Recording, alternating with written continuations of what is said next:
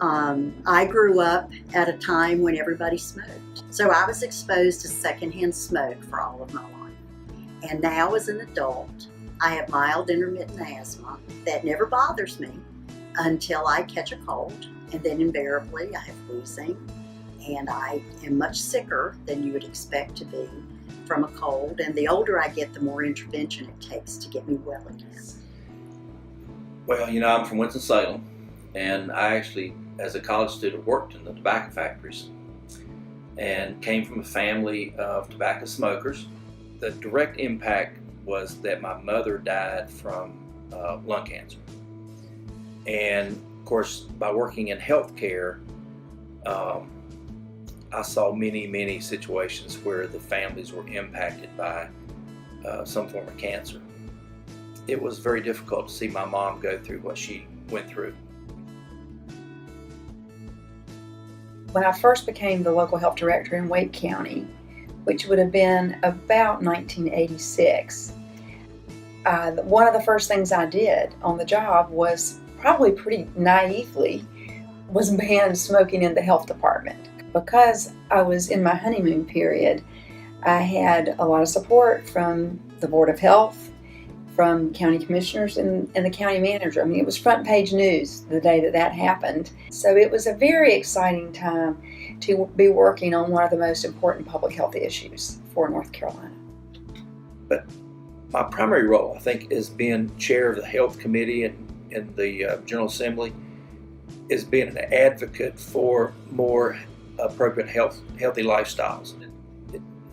Change is sometimes slow, and it takes time, and this is going to be a transformation in North Carolina away from tobacco. We've already seen a lot of that, but ultimately I think helping people understand that there are consequences, and that there are also options that we can help them look at alternatives.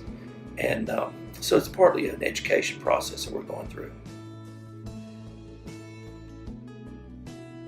The things that made me passionate about working on tobacco prevention and control in North Carolina are really clear. One is we had the science. We knew what worked. And the second thing was that we had the people with the expertise in our leadership in state government, at the local health departments, our academic partners in the nonprofit sector, the advocacy organizations. So we had a really fertile ground of experts that really cared and that were really willing to work together on these issues. And the third thing is we had an approach that was about making a difference over time. This is work that has to be done gradually.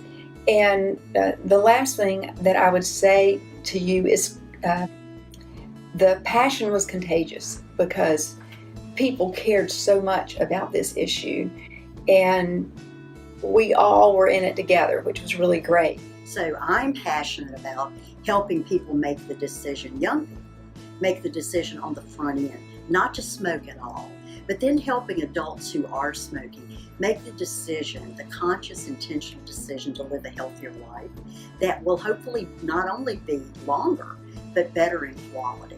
And it's that kind of intervention, that ability to make somebody's life better in the long run, that keeps me going and gets me up every day. Because when you can be a change agent for people, it's very empowering, and it impacts you as a person.